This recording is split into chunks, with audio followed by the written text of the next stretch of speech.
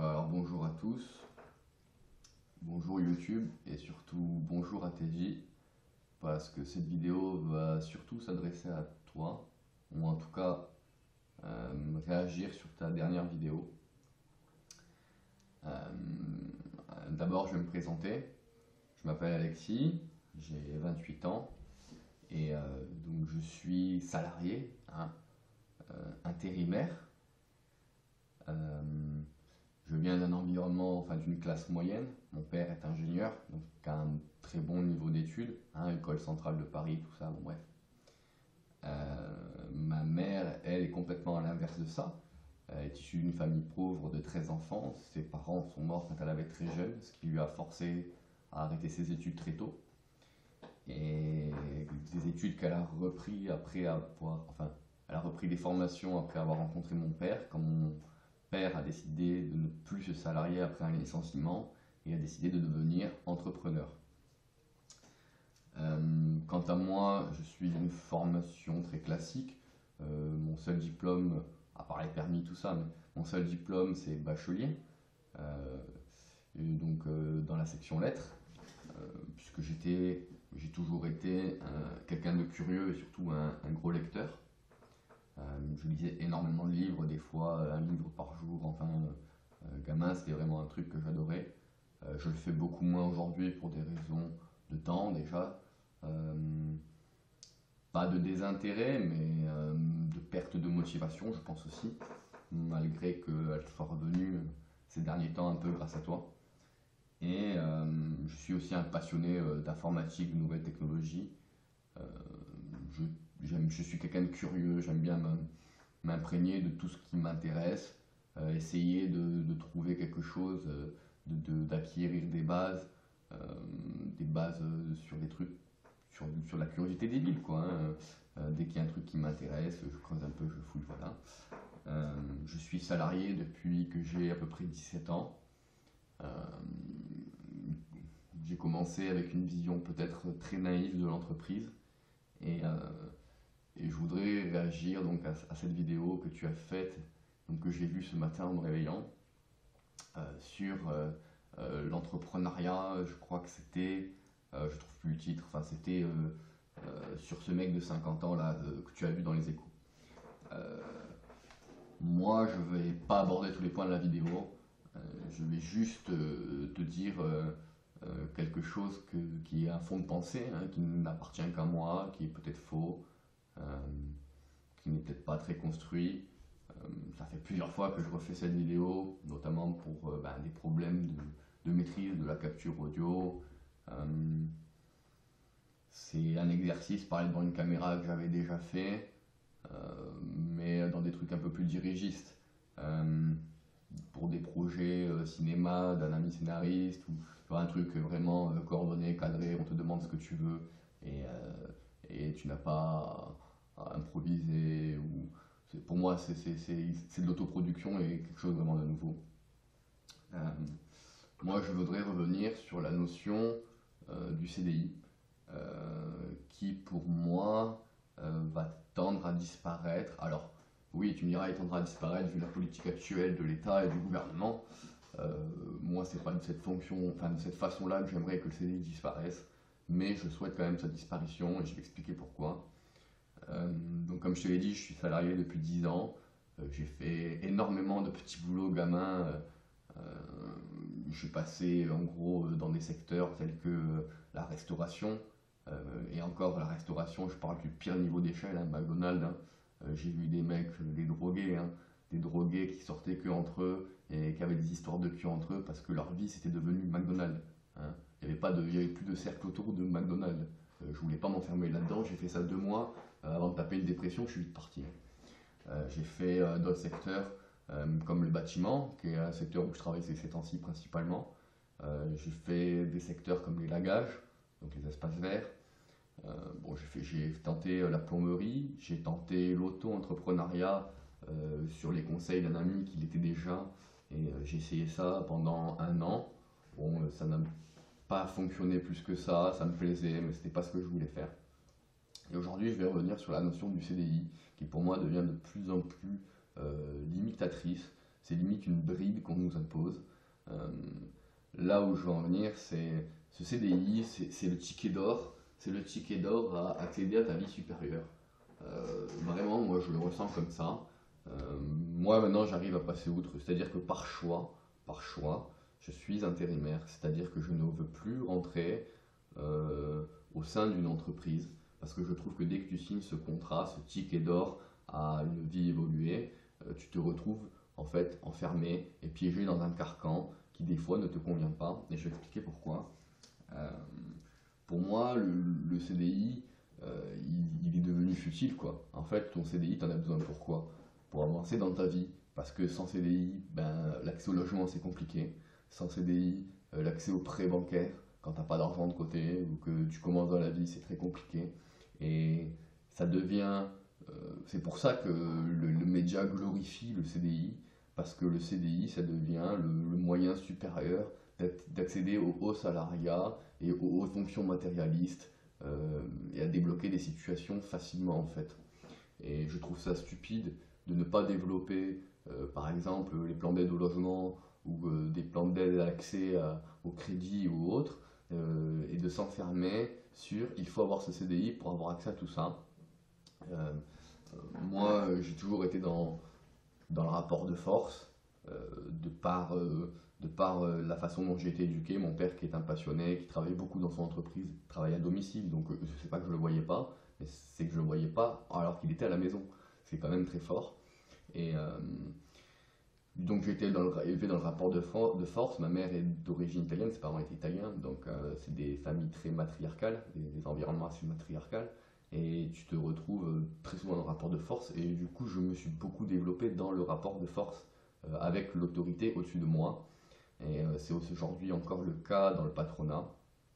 Et ce qui fait que en 10 ans, j'ai signé un CDI au bout de 2 ans au bout de 2 ans d'intérimaire chez ce patron, cet entrepreneur.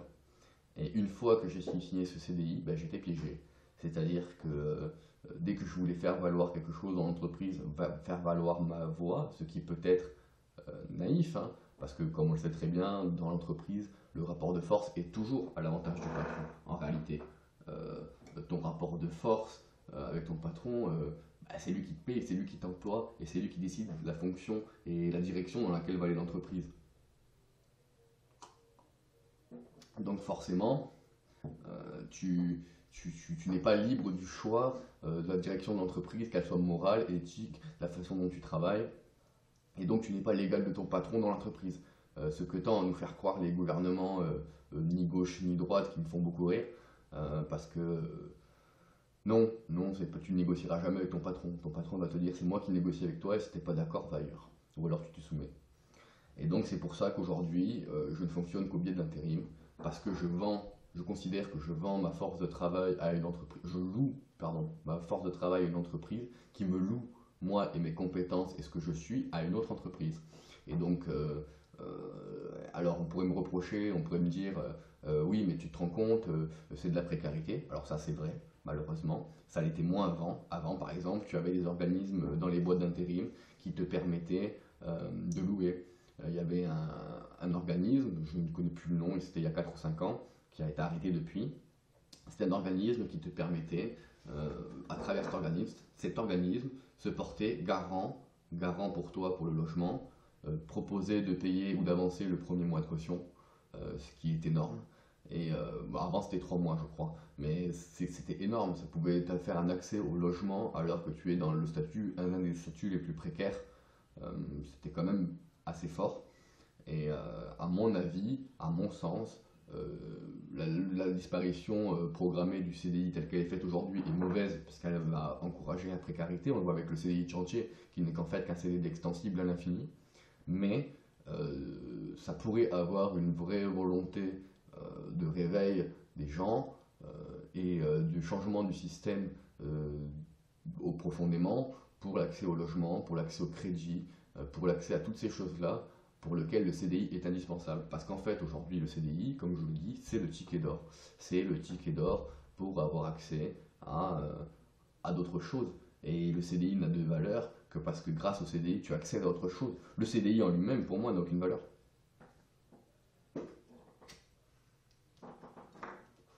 Et donc, là où je veux revenir, c'est que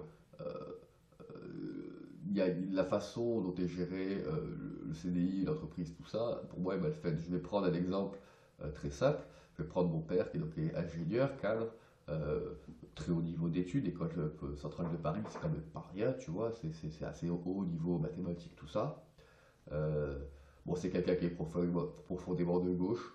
Moi, politiquement, je suis profondément d'extrême gauche, donc ça peut se sentir dans mes propos, mais bon, c'est mon vécu et ma tranche de vie, quoi. Et lui, quand il était salarié, donc il a été salarié en gros dans des très grandes entreprises d'architecture et de travaux publics. Euh, la dernière fois, avant qu'il crée son entreprise où il a été salarié, euh, on est venu le voir. En fait, il y a eu un plan de licenciement basique, ce qu'on appelle du dégraissage dans les entreprises. On est venu le voir assez basiquement et on lui a dit, écoutez monsieur, euh, ça fait 3, 4, 5 ans que vous êtes là et vous n'avez jamais changé de poste, vous n'avez jamais évolué. Du coup, on en déduit que t'as pas envie de travailler, quoi. Et du coup, on a préféré garder d'autres gens et au revoir. Euh, Comme mon père le dit, lui, ça n'a jamais été quelqu'un de carriériste. C'est quelqu'un qui croyait au travail méritatoire, comme moi je l'ai cru quand j'ai commencé à être salarié. Et je pensais, comme lui, euh, que quand tu faisais bien ton travail, quand tu étais impliqué dans ce que tu faisais, l'autorité supérieure hiérarchique au-dessus de toi, alors que ce soit ton chef d'équipe, ton conducteur de travaux, ou plus haut selon les grandes structures de hiérarchie, je pensais que, comme lui, le mérite reviendrait de là. Et en fait, il s'est aperçu très simplement qu'en fait, non. Ces personnes-là, les personnes d'à côté qui ont évolué, c'était des gens qui allaient dans les bureaux, qui entretenaient des bonnes relations sociales avec le chef d'au-dessus, le chef d'au-dessus. Et ces gens-là, bon, on peut appeler ça de la lèche, du carriérisme, t'as plein de mots pour le définir, hein. Mais quoi qu'il en soit, il a été évincé parce qu'il n'a pas su s'auto-promouvoir dans l'entreprise. Et moi, à l'heure actuelle, j'ai un peu le même problème, c'est-à-dire qu'il y a très récemment, moi je suis en intérim donc chez Saint-Patron là depuis 2 ans que je suis chez lui, quasiment, ça fait depuis le mois de mars l'année dernière. Euh, il, il a voulu que je remplace un chef d'équipe alors que c'est pas mon métier. Moi j'étais engagé comme simple manœuvre en gros. Je l'ai fait pendant 2, 3 mois. Mon salaire n'a jamais changé. On m'a pas demandé si j'en avais envie, on me l'a imposé. Il n'y a pas eu de proposition, de changement de contrat. Moi-même, je ne cours pas après le CDI, donc je n'ai jamais voulu signer un CDI dans cette entreprise, ils sont au courant et ce n'est toujours pas ma volonté. Et au bout de 3 mois, je suis allé voir, je dis bon, ça fait 3 mois que je te fais quelque chose de gratos pour un mec, les mecs d'à côté dans ta boîte, ils font ça à 15 balles de l'heure et de toute manière, même si tu me proposais ça, ça ne m'intéresse pas parce que je n'ai pas envie de monter dans ce type d'entreprise, puisqu'en plus on me propose un travail dans le travaux public qui ne m'intéresse pas en fait. Les travaux publics ne m'ont jamais intéressé, même si j'en ai fait. Et il m'a dit, je cite, tu ne veux pas travailler, tu ne peux pas évoluer. La même chose qu'on a dit à mon père dans les années 80. Et donc oui, comme je lui ai dit, déjà dans un type d'entreprise, bon, elle est mal gérée et tout, bon ça c'est un avis personnel, mais oui, je n'ai pas envie d'évoluer dans cette entreprise, ça je suis d'accord avec lui. Par contre, je ne veux pas travailler, c'est pas vrai. Ce serait pas pour rien que je suis depuis 1 an et demi chez lui, voire un peu plus, que mon travail a toujours été bien fait, que tout le monde dit que mon travail est bien fait. Donc c'est même pas une question du travail, c'est une question de la vision de l'entrepreneur rabaissante du salarié. Vous êtes de la chair à canon et vous préférez être des débiles de la chair à canon. Moi je trouve ça dommage. Et c'est vrai que on pourrait me taxer de ne pas vouloir évoluer. Le problème, c'est que je remarque que pour évoluer dans une société à l'heure actuelle, il faut être carriériste. Et pour être carriériste, eh ben, il faut écraser les autres. Parce que dans cette entreprise, j'en vois plein des gens, hein, des mecs, des conducteurs de travaux, des chefs d'équipe, qui vont voir le patron. Le mec, il rentre tous les soirs à 4 heures, mais il reste jusqu'à 18 heures parce qu'il discute dans les bureaux. Voilà. Hein, moi, je fais pas ça. Ça m'intéresse pas, c'est pas ma façon d'évoluer, je n'évoluerai pas en cassant du sucre sur le dos de quelqu'un d'autre, qu'il fasse bien son travail ou pas, ça ne m'intéresse pas. Euh, je ne vais pas évoluer sur le dos de quelqu'un. Je trouve ça immoral, alors ça c'est personnel, hein, mais je trouve ça immoral, stupide et malhonnête.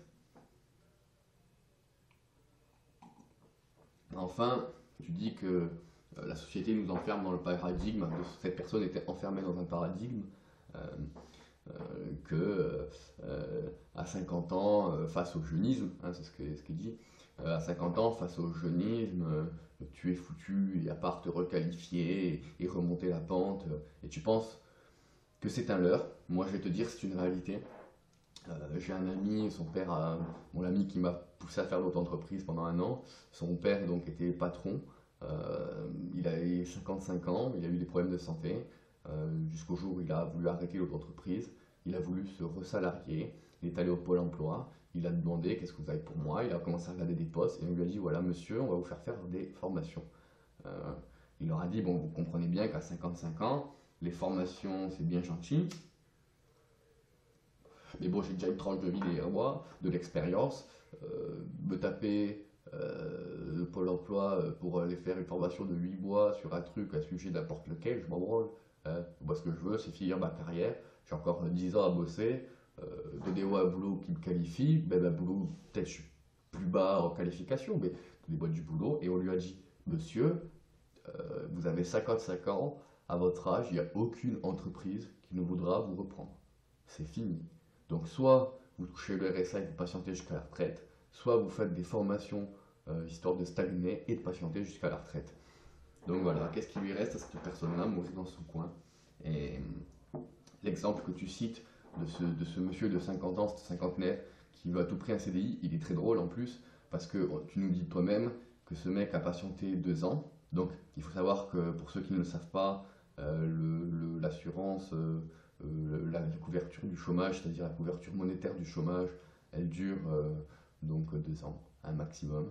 Donc tu es repayé dégressivement, hein. Je crois qu'au bout d'un an et demi, c'est dégressif, mais tu es payé pendant 2 ans par le Pôle emploi, et qu'après 2 ans, tu n'as plus de fonds. Et ce mec a dû chercher du boulot dans son domaine ou dans ce qui lui plaisait pendant 2 ans.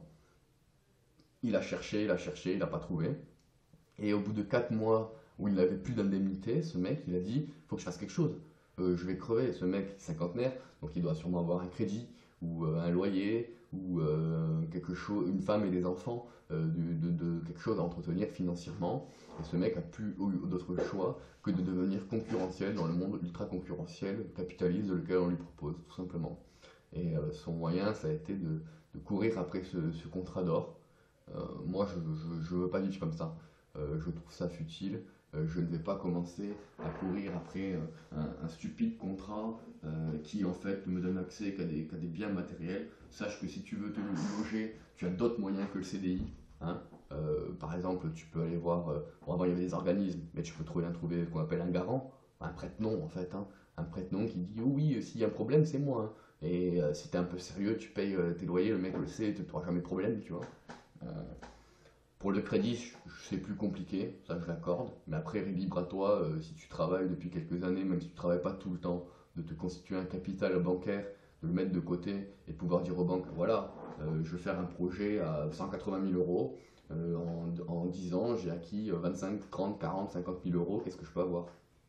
Donc voilà, il y a toujours des solutions pour se passer de ce contrat, et je pense que plutôt qu'essayer de faire la survie du CDI comme beaucoup veulent nous le faire, il faudrait développer les acquis de l'aide au logement, euh, de l'aide à l'accession aux biens matériels, parce qu'au final le CDI c'est que ça, et c'est stupide de courir après ce ticket d'or qui n'est qu'un leurre en fait. Voilà.